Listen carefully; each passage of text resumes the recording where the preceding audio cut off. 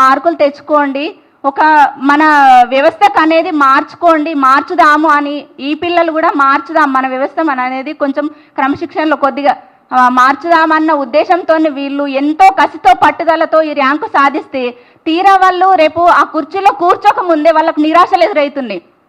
అసలు వాళ్ళు రేపు జాయిన్ అయినా కూడా వాళ్ళంతా పట్టుదలతో ఉంటారా చెప్పండి?